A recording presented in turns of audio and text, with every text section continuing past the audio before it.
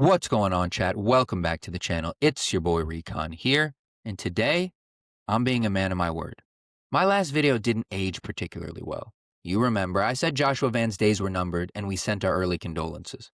Then a bunch of Burmese fight fans flooded my comments, kind as can be, but certain of one thing: their boy would taste UFC gold. I was skeptical. That whole video was about me picking Pantoja to win dominantly. I was confident.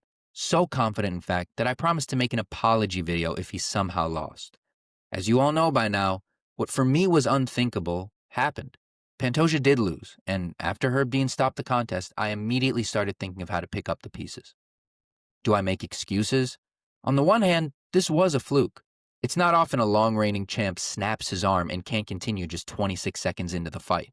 So it's unfair to Pantoja. But I also think it's unfair to Van. The narrative will be that he just got lucky. But consider this. For one, it's not like Pantoja's arm snapped randomly. He was trying to catch himself after Van violently, with more strength than I thought he had, shucked him off. Was the shoulder dislocation lucky for Van? Yes. But he caused the injury. And this is the hurt business. That's how the game goes. Here's where I say something even more controversial. We know where that fight was going. I know it never really got going at all, but those first seconds showed a lot. For one, they showed I was dead wrong about Pantoja's tactics. I predicted he'd be patient and methodical in the first round, loading data to facilitate a later kill. Nope, he blitzed from the first bell, and Joshua Van was doing an excellent, dare I say elite job of making him pay. In my previous video, I said Van isn't the best boxer in the UFC, and I stand by that. But he's improved massively since the Royval fight. It's a small sample size, true, but from what I saw, Van was faster and more elusive and powerful. This video isn't so much about apologizing for getting my pick wrong. Pantoja's injury gives me an easy out. It's a ready-made excuse to just shrug my shoulders and cry fluke. But I still feel an apology is in order, and not just because I promised it. The truth is, I underestimated Joshua Van. Picking Pantoja is defensible, and I may do it again in a rematch, even if it's not next. But giving Van no shot, I realized was foolish. He was quicker than I remember, a slicker counter-striker than I remember, a better grappler than I remember.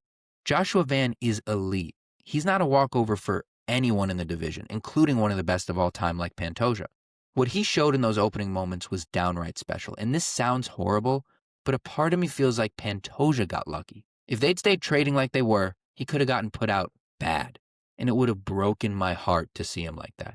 I never wish injury on anyone, especially as someone who's dealt with so many in the past myself. But God works in mysterious ways, and maybe, just maybe, this was what's best for everyone. Hopefully Pantoja's recovery is straightforward and he can come again. But my understanding is that it won't be for a while. That tees up an important question. Who's next for the champion Joshua Van? I can't believe I just said that. Genuinely, this is so surreal. Joshua Van is UFC champion. How? Why? Okay.